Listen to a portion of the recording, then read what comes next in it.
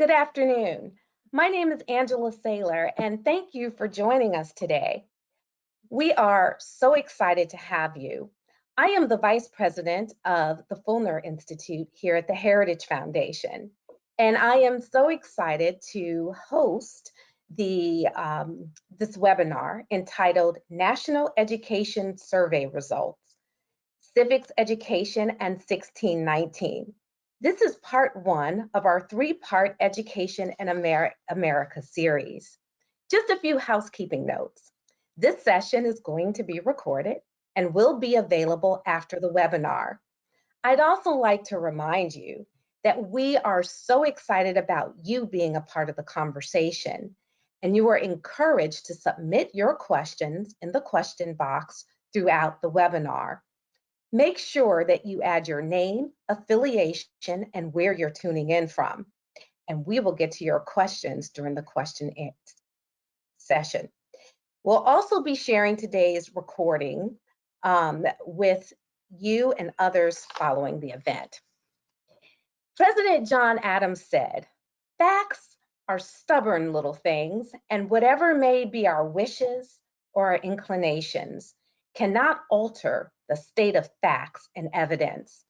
Dr. Lindsay Berg, director of the Ed Policy Center here at the Heritage Foundation, sought out to get the facts by leading the Heritage Foundation's effort in partnership with Braun Research to conduct a national survey, Culture of American K-12 Education. This nationally representative survey of parents and a subsample of school board members across the country comes at such a very important time.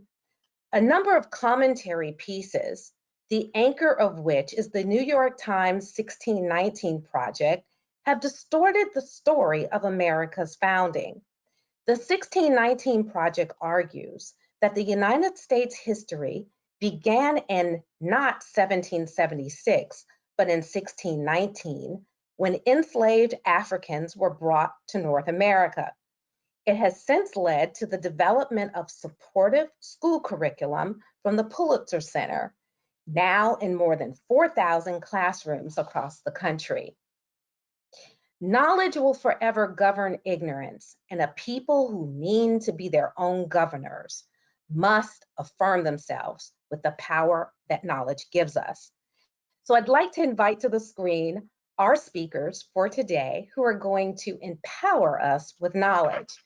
We're going to begin with Lindsay Burke, who I mentioned earlier is the director of the Center of Ed Policy here at Heritage. She's going to give us an overview of the survey findings. And guess what? This is the first time this incredible information has been released publicly. Following Lindsay's presentation, we'll be joined by our own Mike Gonzalez, who's a senior fellow at Heritage and author of Plot to Change America. Jonathan Butler will then give us his remarks. He's senior policy analyst here at the Center of Education Policy at Heritage. And finally, our friend and partner on these issues, Lenny McAllister, who's director of the Commonwealth Foundation. Lindsay, I invite you to take the floor. Great. Well, thank you, Angela, for that great introduction of our survey. And thanks to all of our panelists for being here today. We are thrilled to present, this is, as Angela mentioned, the very first time we're presenting these survey findings. We're really thrilled to present them to all of you today. I'm going to as quickly as possible, go through the demographic data of our survey. Of course, that's really important to understand before we present the findings. But we started off with a survey of parents across the country. As Angela mentioned, the survey was conducted by Braun Research. And so it's a nationally representative sample of parents. We have about 1,000, we have 1,001 parents who are in our sample, again, representative across the country. And we fielded this survey in early April through the end of May 28th. That, of course, is important considering everything that's going on in the country right now to know when parents were thinking about the questions that we've presented. Of our parent sample, those 1,000 parents, we had about 77% whose children attend regular traditional public schools, about 12% in private schools, About 8%, nearly 7.5%, were homeschooling, which is a bit above the national average, and about 6% of those children were attending public charter schools. So all of our parents are parents of school-aged children in our survey. The gender among parents was fairly representative overall of when we think about parents of school-aged children. About 55% are women in our survey, and about 9 in 10 parents are between the ages of 30 and 59, and about 6 in 10 were between 30 and 44 overall. The race and ethnicity characteristics of our parent sample mirror census statistics for parents of students in ages in grades K through 12. So about 74% were white, 11.7% African American, 4% Asian, and about 21% Hispanic. We also have a balance of respondents across educational status. So you can see the breakdown here. About 33% had a high school degree or less, all the way up through graduate degrees. We had about 13% with graduate degrees. And then finally, on the parent demographics, the political leanings of the parents are important to consider the overall responses in the survey. About 33% of our respondents self-identified as Republican, about 32% as Democrat, and about 28% other. So pretty representative there as well. And then finally, on the parent piece, you can see the regional breakdown is also a pretty good distribution across the US that's in line with the US Census. As I mentioned, we had about 1,001 parent respondents for a 22% response rate in our parent portion of the survey. On the school board members, I'll go ahead and run through those demographics really quickly, because when I present the findings, I'll show you the parent response and then the school board response for each question that we fielded. This survey of the school board members ran through June 9th.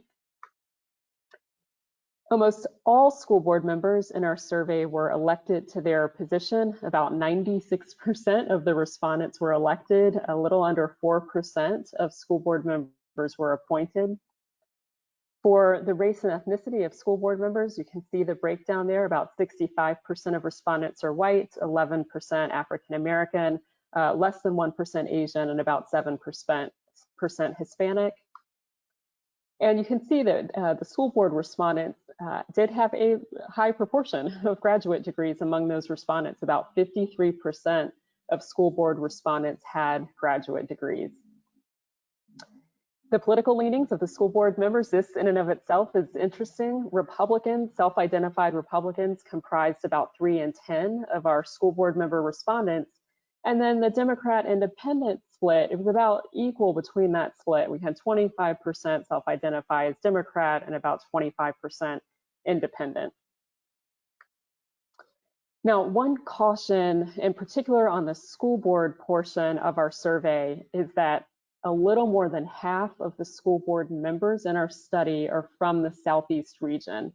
So we did end up with an over-representation of school board members from the South. So just something to bear in mind as you see our findings. Overall, we had 566 full survey respondents among the school board member portion of our survey. And there was a low response rate there, which is something else that should be interpreted with caution when you think about these results. We had less than 3% response rate on the school board member. So what did we find overall? So as I mentioned, I'm going to show you the parent responses first, followed by, for every question, the school board member response. And this portion of the survey, what we're presenting today, this was actually a pretty comprehensive survey on quite a few issues. Today, we're just covering the civics component of the survey and doing a deep dive into 1619 in particular. So first, we ask parents and then school board members what they thought about the level of civics instructions in their child's school today, or in the case of school board members, in the public schools that they represent. You can see the full survey question there on the right. We basically point to the fact that many people think that civics instruction is vital to laying the foundation for civic learning. And then we ask, do you think that your child's school provides enough instruction in the area of civics education? Among parents, almost 2/3 of parents think that their child's public school has enough instruction in civics, 2/3. It was precisely the inverse for our school board member respondents. About 2/3 of school board members thought public schools do not provide enough instruction in civics. So I don't think I said this at the beginning, but we provided the same questions to our parent sample and then our sample of school board members after the fact. So what about 1619? So the question, you can see it's a little long there on the end, but we wanted to provide some context for the overall initiative as part of the survey. And so in the survey, we said, recently, some journalists began the 1619 project, which is a push to rethink the founding date of America, quote, to reframe US history by marking the year when the first enslaved Africans arrived on Virginia soil as our nation's foundational date. And we take this language largely verbatim from the 1619 project. More than 3,500 schools have begun to incorporate the 1619 project. As Angela mentioned, it's actually far above that at this point, into their curriculum using prompts such as, quote, what examples of hypocrisy in the founding of the US does the writer supply in the essay? What evidence can you see for how some might argue that this nation was founded not as a democracy, but as a, quote, slaveocracy? And so we lay that out, and then we ask the question of the respondents, do you want your child's school to use this instructional material based on the idea that slavery is the center of our national narrative? While about 4 in 10 parents want to use instructional material based on that idea that slavery is the center of our national narrative, about half would prefer not to do so. So you can see the breakdown there. School board members were less open to using that framing. So again, the same question, do you want your school to use instructional material based on the idea that slavery is the center of our national narrative? And nearly 70% of school board members said no, 7 in 10 do not want to change the history narrative to focus on slavery. So then we ask parents whether or not they believe that curriculum for school children should promote the view that our founding ideals of liberty and equality were false when they were written by the founders. This is another idea that comes up as part of 1619. And parents are somewhat equally divided on that question. So it was about 45% said no and 47% said yes. The school board members were not equally divided. 70% of school board members said no to that question, that school children should have curriculum that promotes the view that our founding ideals of liberty and equality were false. So then we ask parents about this idea specifically of reframing US history. Do you think that schools should reframe American history so that children will learn that the United States has been tainted by slavery and racism, and that its institutions now need change? And most parents do not think that schools should reframe history that way. 57% responded no to that question. Slightly higher on the school board members, 64%, almost 65% of the school board members in our survey said no to that question. And then we ask explicitly about changing from 1776 to 1619 as when the birth of the US as a nation should be considered. So we ask if students should be taught that the birth of the nation is 1619, the year the first slaves landed in the English colonies, or 1776, the year the colonists declared independence. And you can see here that about 59, almost 60% of parents said 1776. You can see there's a bit of a difference there among younger parents, ages 18 to 39, about 50% thought that it should be 1619. And among African-American parents, about 65% thought that it should be 1619 rather than 1776. The school board members very much want to keep it as 1776. 72%, almost 73% said it should remain 1776. Just 16% said it should be 1619. Now, this question, we ask of parents and school board members what they would like their children to learn about America's past with regard to slavery, either that our founding ideals of liberty and equality were false when they were written and that we must reframe American history, or that slavery was a tragedy that harmed the nation, but that our freedom and prosperity represents who we are as a nation, offering a beacon to those wanting to immigrate here. And nearly 70% of parents chose the latter, that the nation still offers a beacon of hope to those wanting to immigrate here. School board members slightly higher on that, 73% said that it should still be taught that the nation is a beacon of hope to those wanting to immigrate here.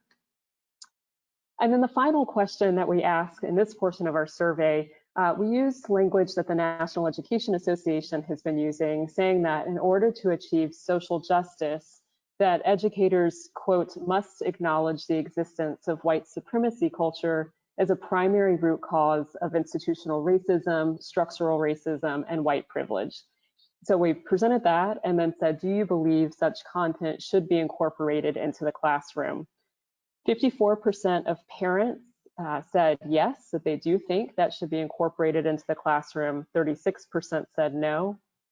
Among our school board members, 53% said no, and 39% said yes, they think that that should be incorporated into the classroom. So among all of our questions, we see a bit of a schism between where parents are and where school board members are.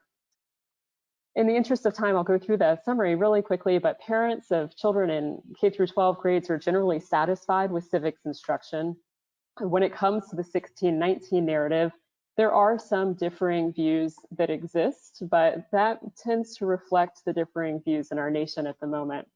Parents are divided on how slavery should be taught, and most think, still hold on to this idea that 1776 should serve as the year of the birth of America. And then on the school board members, most are generally satisfied with civics instruction given in schools. When it comes to the slavery narrative, 7 in 10 overall do not want to change the educational focus of current history classes. Most school board members believe that America's founders were genuine in their espoused ideals of liberty and equality. And then school board members also thought overall that about 2/3 were against reframing American history to paint a picture of the past as tainted by slavery and racism. And fully 7 in 10 agreed that 1776 should remain the year of America's birth. So I know that's a really quick overview. I will turn it back over now to my colleagues to tell us what they think all of these findings should inform us about. Thank you, Lindsay. We're gonna start by giving the floor to Mike Gonzalez, Senior Fellow at the Heritage Foundation. Mike, please take the floor. Thank you, Angela, and thank you, Dr. Burke. It's a pleasure to be on with my friends, Jonathan and Lenny. Look, the attempt to rewrite history by the 1619 Project is not new, nor is it spontaneous. It's got an old pedigree. The mayhem we're seeing in our streets today, the toppling of statues of founders and even abolitionists, the rejection of America's founding, of its institutions, its history, its economic system, is part of an effort that has been unfurling for decades. We can't forget that before 1619, there was Howard Zinn. Before Howard Zinn, there was Herbert Marcuse. And before Herbert Marcuse, there was Antonio Gramsci and his theory of cultural hegemony. Now, Gramsci's hegemonic narrative is what you and I and other normal people know as the story of America, American history, the one that starts with the founding in 1776. The 1619 Project is the counter narrative that must replace the story of 76. So the attacks you see right now on everything that Americans used to hold dear is now the result of some spontaneous outbursts by young anarchists. The fact that so many of our parents, according to the survey results that Dr. Burke just shared, believe the way they do, it's a result of years, or actually no, decades of indoctrination. And that indoctrination had a purpose. That's an important thing that we need to remember. My book, which Ms. Saylor mentioned, the Plot to Change America, how identity politics is dividing the land of the free, is being very timely, and it deals with all this, but I'm really sorry why it is so timely at the moment. As I explain in it, the history of why there are some people who are so single-mindedly determined to destroy the American narrative and replace it with a new one is in several of its chapters. The starting point I propose, as I said, is the 1920s with Antonio Gramsci, He was an Italian communist leader who is sent to prison by Mussolini, as the prosecutor said, to stop his brain from working. That was a very bad mistake. We know from several examples in history, starting with the Apostle St. Paul, that in prison you actually do some really good thinking.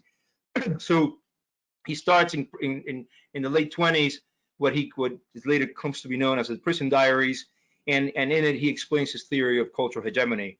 And it basically is this: Marx and Engels in the mid 19th century had promised that there would be revolutions everywhere, that the contradictions of capitalism were too huge, and that the working class would inexorably rise up and overthrow the bourgeoisie. But Gramsci reckons that this has only happened once in 1917 in some backwater of Europe called Russia. But since 1848, every revolution has failed. In the German Revolution of 1919 failed. There's no German Soviet. The Italy's Biennio Rosso of 1919-1920 fails. There's no Italian Soviet. There's a Soviet established in Hungary briefly, but it only lasts 133 days. And America is beyond redemption. The workers of America are way too happy to rebel. So Gramsci's insight is that the workers had bought into the belief system of their so-called oppressors, that they had accepted the nation, they had accepted patriotism, they had accepted the family, the capitalist economic system, they had accepted religion. The bourgeoisie no longer needed the threat of violence to coerce the workers into submission. The workers themselves, of their own volitions, were suppressing themselves. They had what the Marxists called false consciousness. The trick henceforth was to change this thinking through consciousness raising exercises.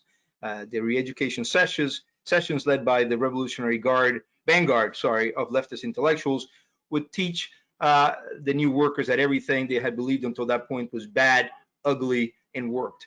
And then they would teach them a new counter-narrative. This is when Marxism mutates from being based on economics to being based on culture, and what we speak now in terms of cultural Marxism. Now, a great part of this counter-hegemony is about filling the new agents of revolt with grievances. The struggle sessions would transform, in Gramsci's words, quote, the facts of vassalage into the signals of rebellion in social construction, unquote. Dissent would be crushed through what Herbert Marcuse later called repressive tolerance. This we see today in our cancel culture, unfortunately. Marcuse was active in the United States in the 60s and 70s. He took up what Gramsci left off 3 decades earlier. He, like his Italian predecessor, he despaired that the worker, the American worker, was just way too content to do the necessary work of revolution. But as Marcuse sits in New York and California and he watches the race riots of the 60s and 70s, he decides that the new agent of revolt would be minority groups, identity groups, which would then have to be multiplied. We get more and more identity groups. Like Gramsci, he thinks that they would have to be instilled with a narrative of victimhood. This is what he writes: all liberation depends on the consciousness of servitude. He writes that in 1964, I believe. So men like Howard Zinn that would come along and explain to American children how much servitude the American system had produced. Zinn's very dishonest People's History of the United States is still being used in our schools, and it was started decades before 1619. This is why an inspiring history of America has to be torn down. America can no longer be the place devoted from the start to the proposition that all men are created equal, however its imperfections, that Lincoln called the last great hope for man on earth, grounded in a constitution that Frederick Douglass praised as a glorious liberty document, or founded in a Declaration of Independence that the Reverend Martin Luther King hailed as, quote, a promissory note to which every American was to fall heir. Instead, we have CNN talking to us all weekend and referring to Thomas Jefferson and George Washington as mere slave owners, as if they had done nothing else. And we get the results. I'll explain some of the results that Dr. Burke explained. There's hope, however. I don't want to leave you on a bad note. I do have hope in my heart. I do see 2020 as a year of historical reckoning, but I see it as the year when the American people finally begin to realize that decades of teaching the children to hate their country has been a colossal mistake. Thank you very much. Thank you so much, Mike Gonzalez. You've given us a lot of information to process and to think about, and you're showing us that, nothing just started yesterday. There's a long history there. We want to bring Jonathan Butcher, who's a senior policy analyst at the Heritage Foundation, on next. Welcome, Jonathan. Thank you very much, and thank you to my other individuals on the panel. It's a pleasure to be with you today. For those that are watching and are parents of school-age children, the past spring was an interesting opportunity to see closely what your students are learning and have been presented with. So for those who are watching, take a moment now and ask yourself, what do you know about what your student is taught in school? Do you know what your child is being taught in history class or in social studies? If you do, what do you think about it, or what have you thought about it? Have you ever gone to a teacher to say something to them about what your child is being taught? Has this been something that's been dinner table conversation, and what has that conversation been?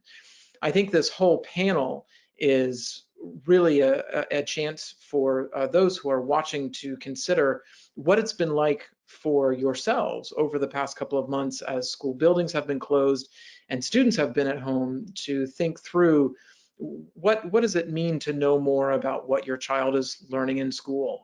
How has that affected the conversations that you've had with them, and what will it mean if students go back this fall? So with that, I'd like to give 3 implications for what children are taught in school, and in particular, the conversation that we're having about the 1619 project, especially. What are the implications for us today, and what does it mean for us and the next year, the next 5 years, and this next generation of students? So there are 3 implications we're going to talk about. The first are the educational implications, and then we'll talk about the social implications, and then finally what the policy implications are for this curriculum. So first, education at the K-12 and college level is ultimately about the pursuit of truth.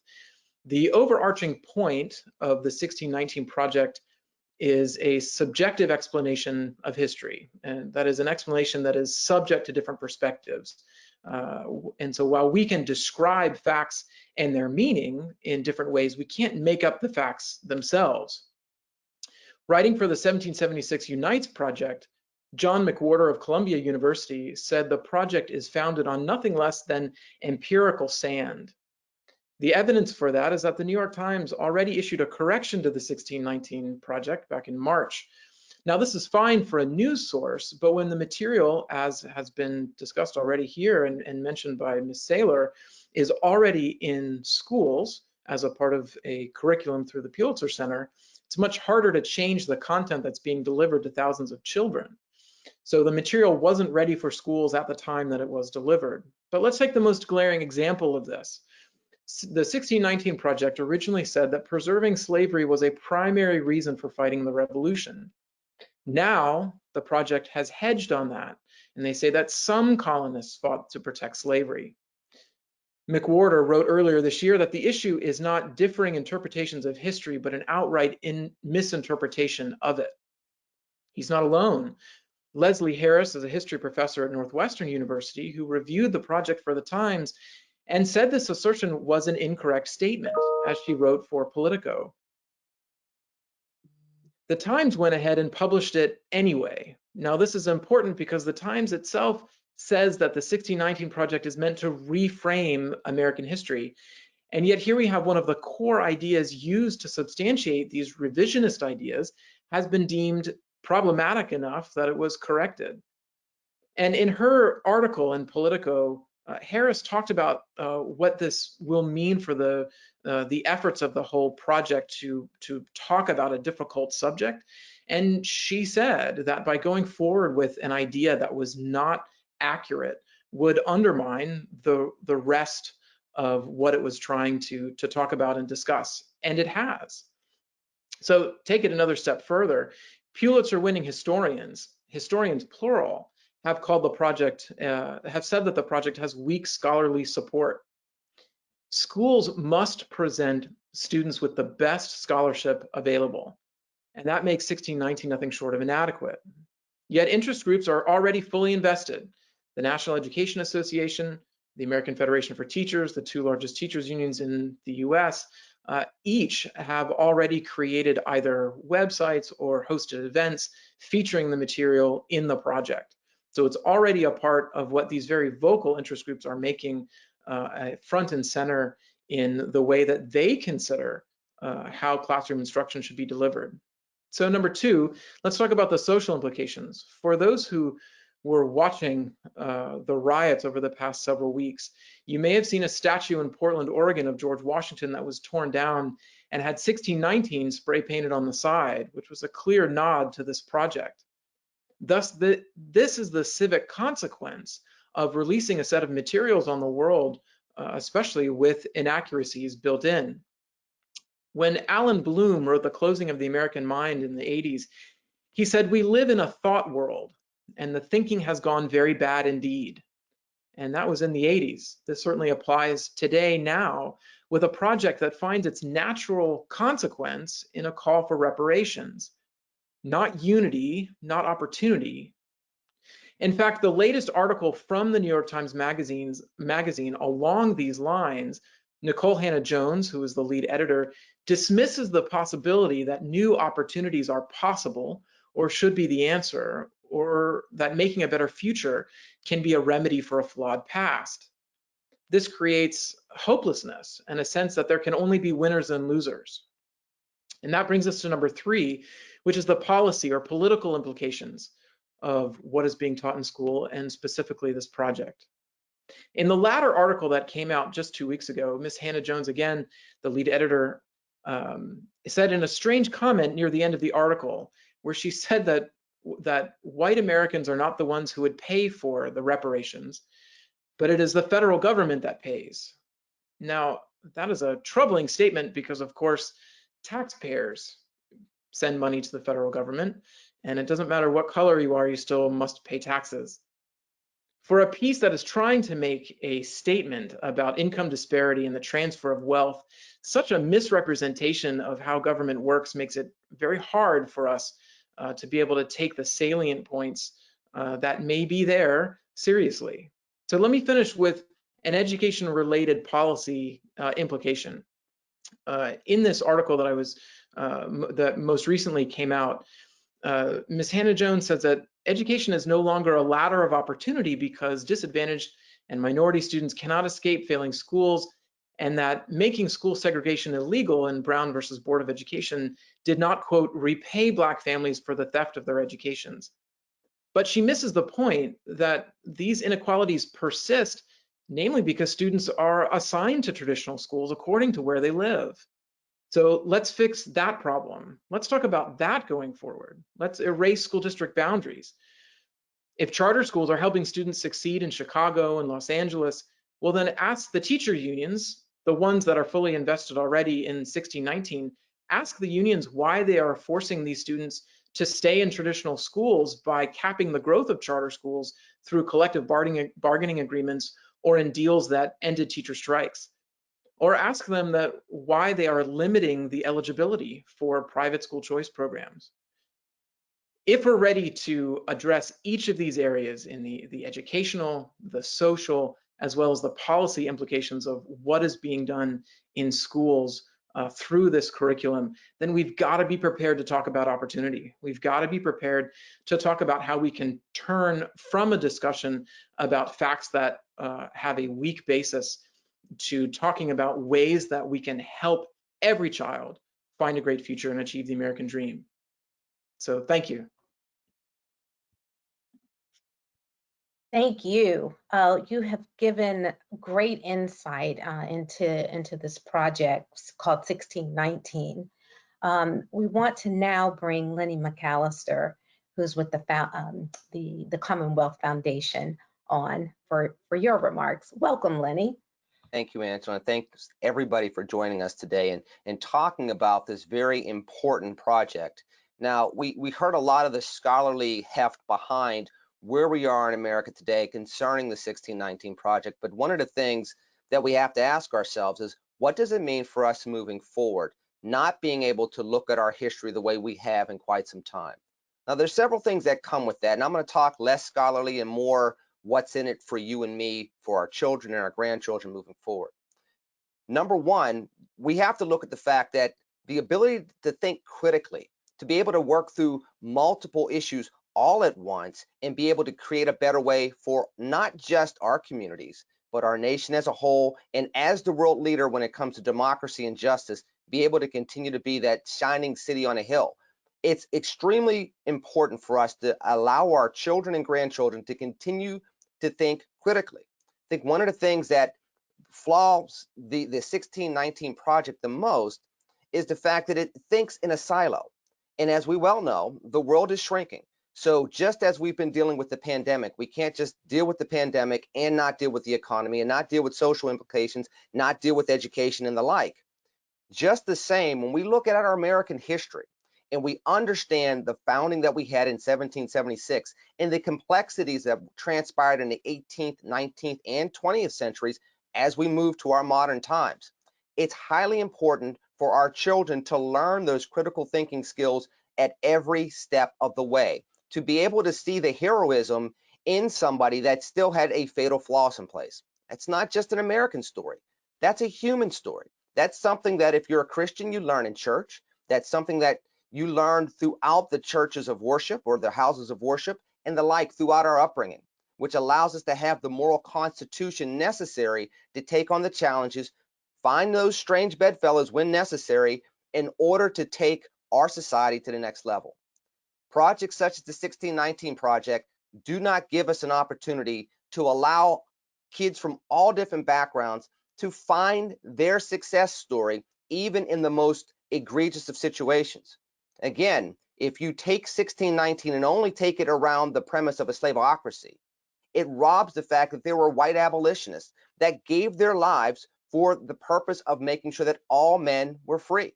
If we talk about all of our values were fraudulent from 1776 on forward, there's no redemption in the American story. There's no leadership or moral leadership when it comes to taking on the Soviet Union in the 20th century, taking on Hitler prior to that, or anything else along those lines. Our children are being stripped away of history because the further it goes away and the more we look at pop culture and social media and the like, there's more of a temptation to move away from things that are painful, uncomfortable, and necessary for us to reflect upon commonly in order to figure out the problems that face us today and moving forward tomorrow. It's absolutely necessary that our children have an opportunity to do that. As well, there's something to be said about the common patriotism that we all gravitate around. Too often times we find ourselves only gravitating around the flag once every 4 years around the Olympics, in the summertime more often than not, or every now and then, unfortunately, when there's a national tragedy. America is greater than just us coming together around 9/11 or coming together around a team that's halfway around the world. The power of the American story for every single child is to be able to find themselves, regardless of where they started, whether it was Ellis Island or in the fields in Alabama or on the Mayflower, to be able to find their roots, be able to find their path, and be able to find their way forward. There's an obligation for schools, whether they're public schools or private schools and everything in between, to be able to give the scholarly foundation for kids to do that research moving forward. Ask probing questions. Ask the right questions. How can Thomas Jefferson write the Declaration of Independence and yet own slaves? That's a valid question. To basically eradicate the fact that Thomas Jefferson had values that were promoted forward not only as a signer and author of the Declaration of Independence, but also as the third president, it truncates what we are as a nation, and it robs us of who we've been moving forward every step of the way. There's something to be said in these very divisive times about finding something that allows us to unite, a common truth, even if it's an uncomfortable truth, to allow us to be able to move forward, especially as Mike laid out and Jonathan laid out, when you look at the threats to us that have been dividing us and trying to divide us for decades on end.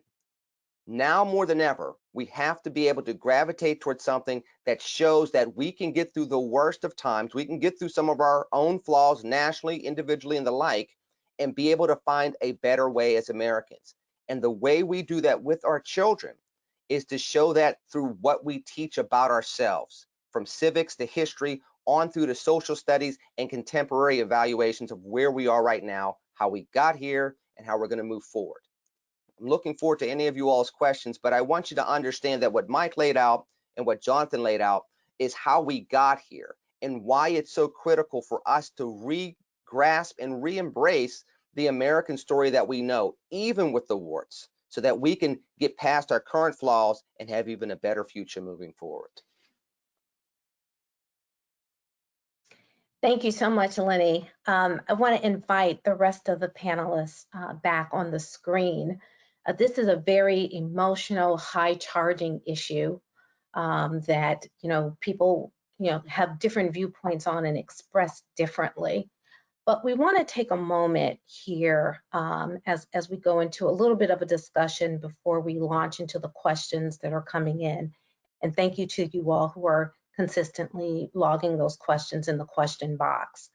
But as I said, this is an emotionally charged subject. We're talking about the stake of our country and the legacy of freedom.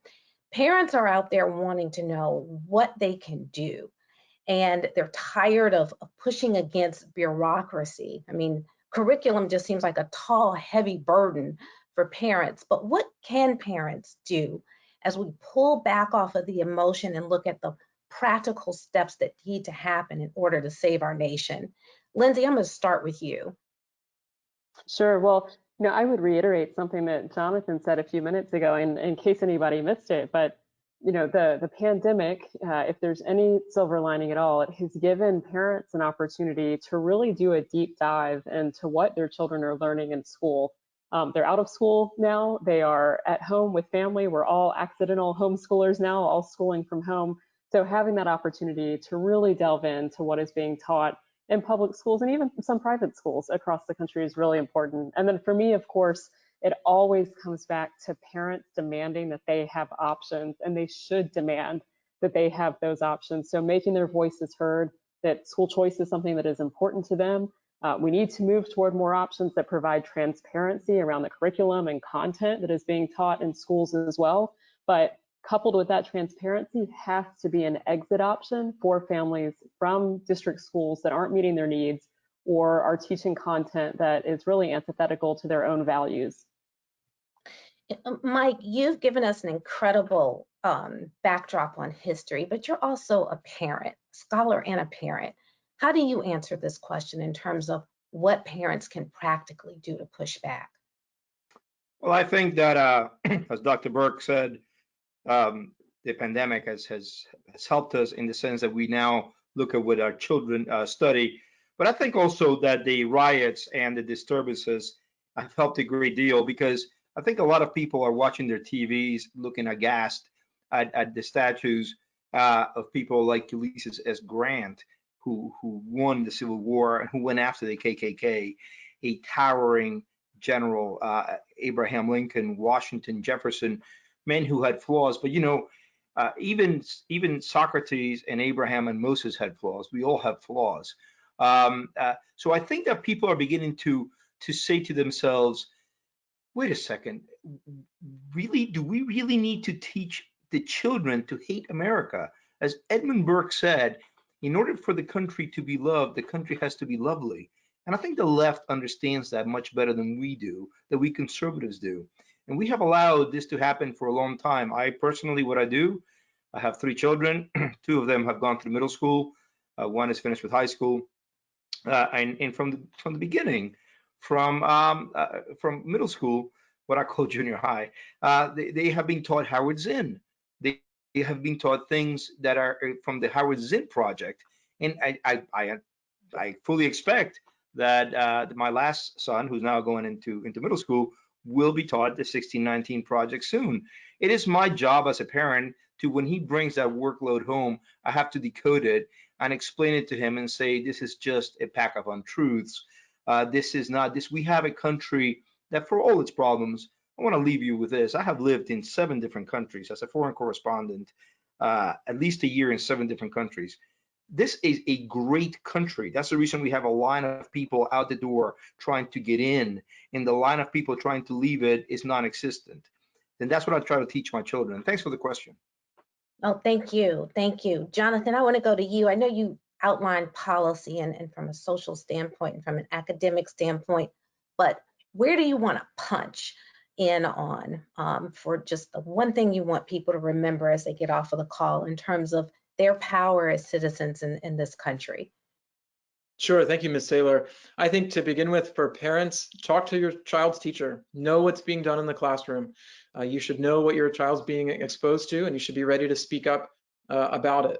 I think collectively, as those who are truly concerned about the pursuit of truth, we can think back to some years ago, it's 10, 15 years ago, when movies like Waiting for Superman and The Lottery and The Cartel were released about the parent choice in education and what an impact that had on changing the perspective about the need to give every child, no matter their zip code, no matter their background, the chance to succeed. 1619 has a step up here, right? It was released as a very splashy magazine article. A book is following, and now there is a movie or some sort of movie or TV that's coming next. So I think that those who are ready to respond on the same level will need to do so. They'll need to respond in kind. We'll need to be ready to have the same kind of appeal to the sense of truth, of wanting to remember that it's the future that we need to be looking towards for opportunity, right? We need to be creating ways for people to succeed. Thank you. Thank you. That's very insightful. Lenny, back over to you. I mean, there is you are an African American male who's raising children, and you know this conversation has different parallel discussions going on at the same time. Talk to us in terms of what parents can do, but as a Black household, as an American who cares about this nation, how do you resonate that message back to families? Well, first, thanks for the question, and thanks again for including me. Angela, I would say you have to contextualize. We don't have to take the 1619 project as the only way to bring about a different viewpoint of what transpired in American history. It was a very complex history, as human interaction always is. There's an opportunity to contextualize. I think a lot of times what we're seeing, not just in the 1619 project, but in cancel culture throughout America right now, is the desire to see oneself versus seeing another anymore. But you can't eliminate one for the sake of another, because we're all here together. We're a nation of over 320 million. So what you have to do as an African American or as an American, what you have to do as a parent or just as a concerned citizen, is contextualize what's being taught in the school, see if it can be augmented with factual information. Show how these things ran alongside each other. One of the things that I like to talk about is when I was an adjunct professor at La Roche College, I made my students be senators in the US Senate in 1859.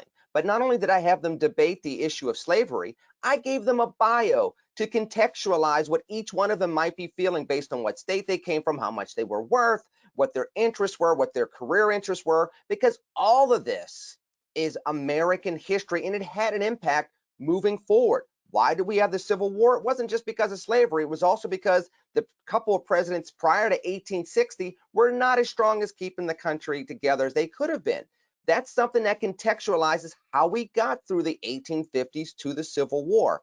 It's extremely important to make sure that everybody can see themselves in American history, contextualize where that was in accordance to where it fits in with national history and world history, so that you can see how we got here and what we may need to do to take the best steps forward to have a better America moving forward. Thank you. You know, we're talking about parents and what happens in a household. But Jonathan, I want to come back to you and talk about, the role of the federal government here. We know that things get done at the state level. We know that civil society plays a role, but many are wondering, is there a role for the federal government on this issue? Well, we have to be very careful. I think that when those that remember when the Common Core came out several years ago, once families realized what was being done in schools and saw how the standardization was actually taking higher academic standards from places like Massachusetts and watering them down, they immediately looked to how Washington had advocated in many places for that approach. I think the way that those standards were implemented in the states was through school boards. And so it was very much something that had to be dealt with at state departments of education by governors and by state and local school boards. And so I think the same thing here now. And I think the survey and the results that Lindsay was talking about, that's why these are so important. It will be interesting to see how these numbers change, especially in the very near future over the next 6 to 12 months. It'll be important to know where else this material is being taught in school and what parents think about that. I struggle to see a way that Washington can intervene on something that has to do with a very local, very personal issue. I mean, I think this is, the bully pulpit is something that can be used, I think, to set awareness. And but the appropriate way, I think, that our federalist system was designed to make change and to create a civil platform for change was through our states, was through our local communities.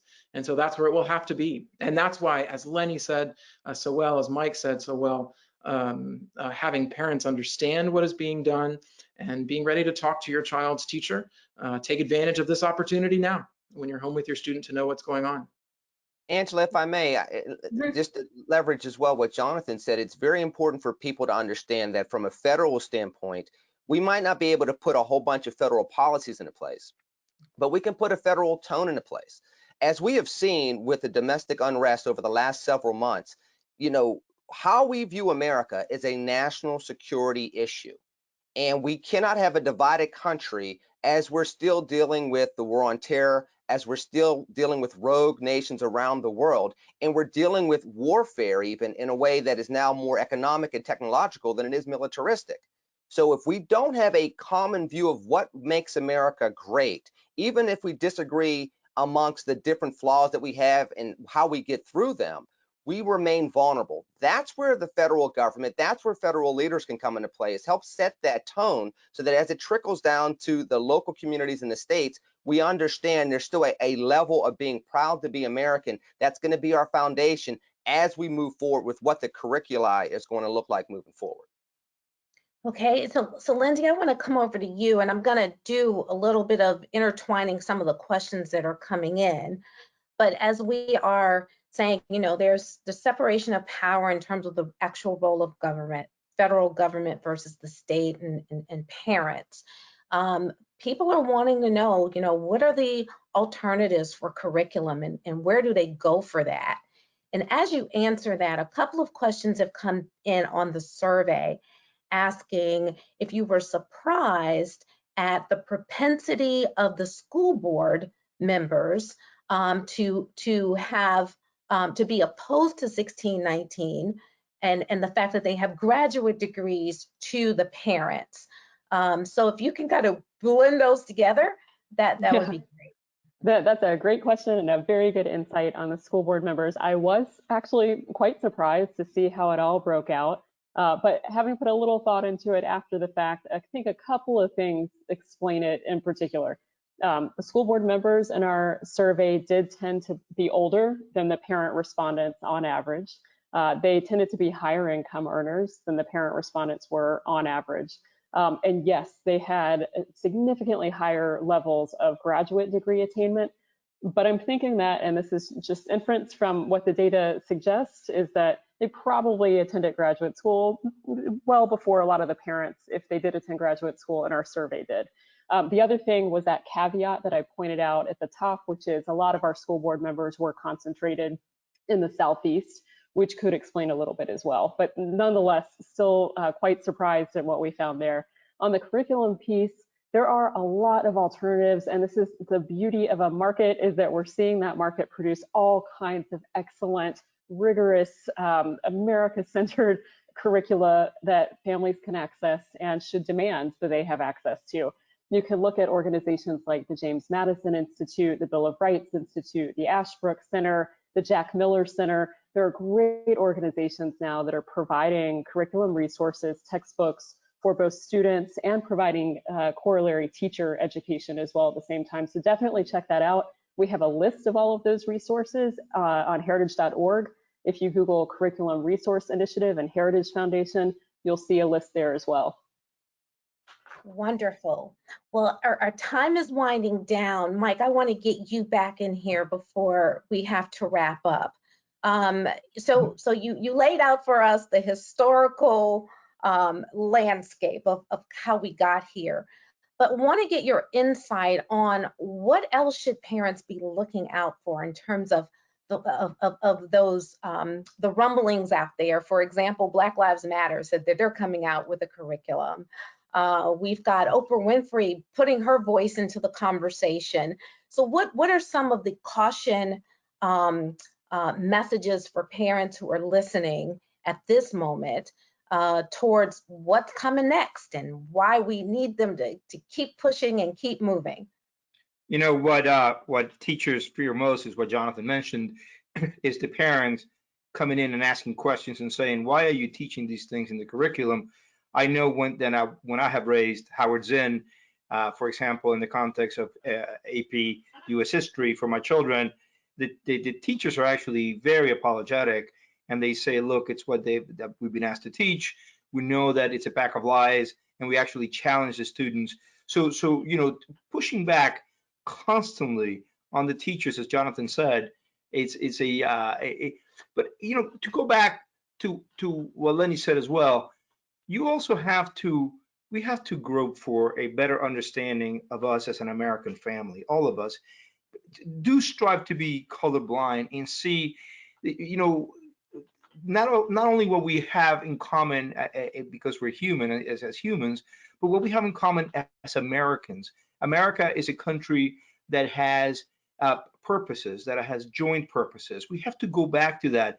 We cannot abandon that. We cannot abandon the field to the other side and let them explain this country as warped and bad from the beginning and everything has to be thrown out. We have to speak out, you know, agreeably, not disagreeably, but agree, but we have to push back constantly, I think. Thank you for the question. Thank you. Well, I've got to keep us on time. To you, Lindsay Berg and Jonathan, and to Mike and Lenny, we thank you so much. Lindsay, the data, the research, and the analysis, I mean, it gets us to the facts. It helps us to part the waters on some of the emotion that's charged in the conversation so that we can really drive towards solutions. To all of you who are participating and for those of you who ask questions, we thank you so much for participating in this webinar. All of the experts here can be found on our website, and there will be a survey that follows this webinar. We encourage you to please fill it out to help us have additional insight. In addition, as I mentioned earlier, there will be a recording. And we thank you so much again on behalf of the Heritage Foundation and our president, Kay Coles James, for joining this very critical conversation. And remember, this is only the first in a series of 3. So again, Lindsay Berg, thank you so much for your leadership, and we hope you will all join us again.